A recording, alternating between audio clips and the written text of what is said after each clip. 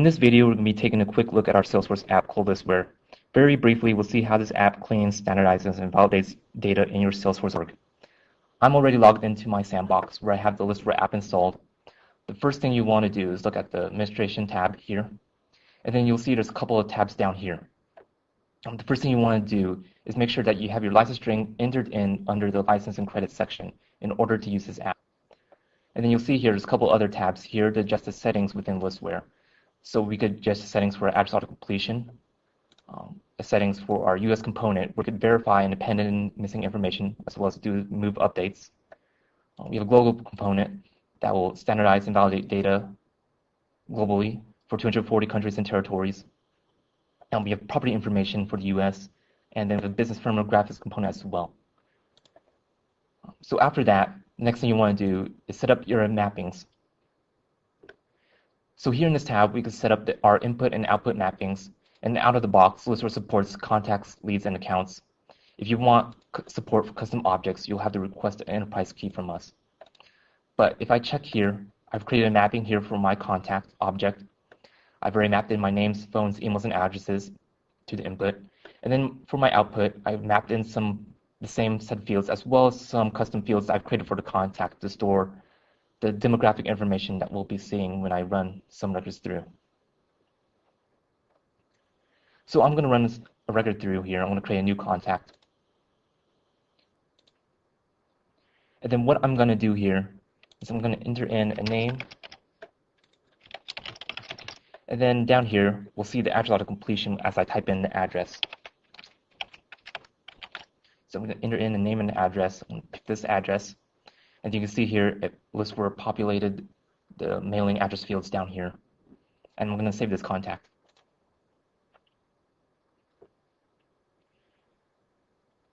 So I got a couple buttons here. I'm going to run this through our US component, Personator. And then you can see here, I got the name and the address. And then it's going to run through Personator. Very shortly, we'll see the results. And then you can see that this contact has been refreshed with data that has been returned from the Listware app. So you can see here I had the name and address, and then Listware added in the phone number.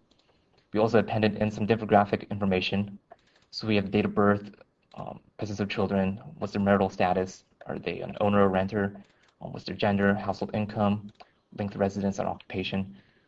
We also did some verification with this contact. So we verified that the name validated with the address, then the address validated with the phone. And then if we scroll down here, we get a detailed report about this contact. Listware is telling us that the name, address, phone have been validated, that the contact has been updated successfully. That's what you saw up here. And then down here is the detailed result codes that you get back from our services. So you'll see all the parsed information, geocoding, the census, and demographics are displayed here in this detailed report. Now, since I've got a contact here with the US address, one of the things we could do is look up the property information as well.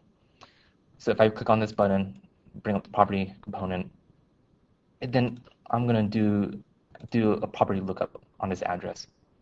And then you can see down here, we got some very interesting information. We got the owner information. We have current trust deed information, information about the sale, the last sale and the prior sale before that. We have information about the value of the property, how much taxes they paid when it was tax year, parcel information, building information, square footage, and that's our property component.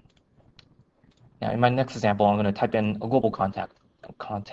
So I'm going to go over here, create a new contact.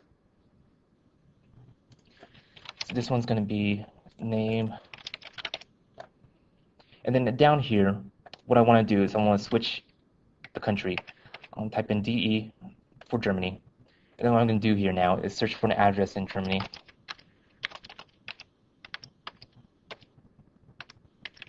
So I pick Strasse. And then you can see here, I got an address down here. I'm going to type in an email address. Let's do this one. So I'm going to save this contact. I'm going to bring up the global component.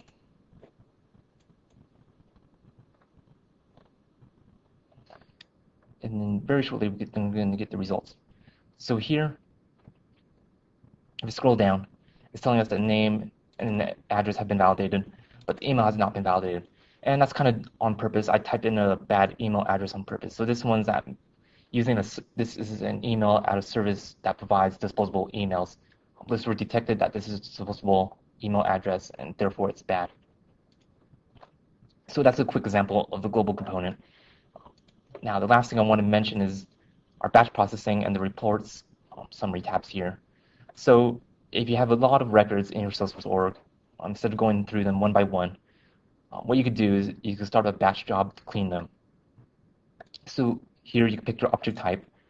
You can pick which service you want to run it through. You want to do the global, or you want to run it through our US component. And then you can tell it if you make any changes or if you make any corrections to your data, we have it update your Salesforce data. So you can turn that on. And then this batch things down here lets you indicate if you want to process all the records in that in your Salesforce org, or if you want to process only unvalidated records, basically records that have never been processed through Listware. So you pick these settings, and then you can start up a job here. And then down here, you get to watch the status of the job. Every record that you run through Listware will appear in this Listware results and summary tab. So if we take a look here, we can see every record that we ran through.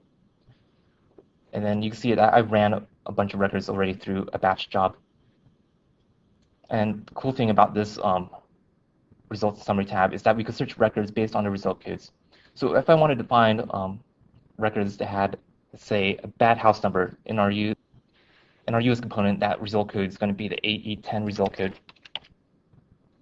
And then if I type down here in this search filter down here, it's filtering all the records based on that result code, AE10, and it's showing me the records here, name, address, phone, and email.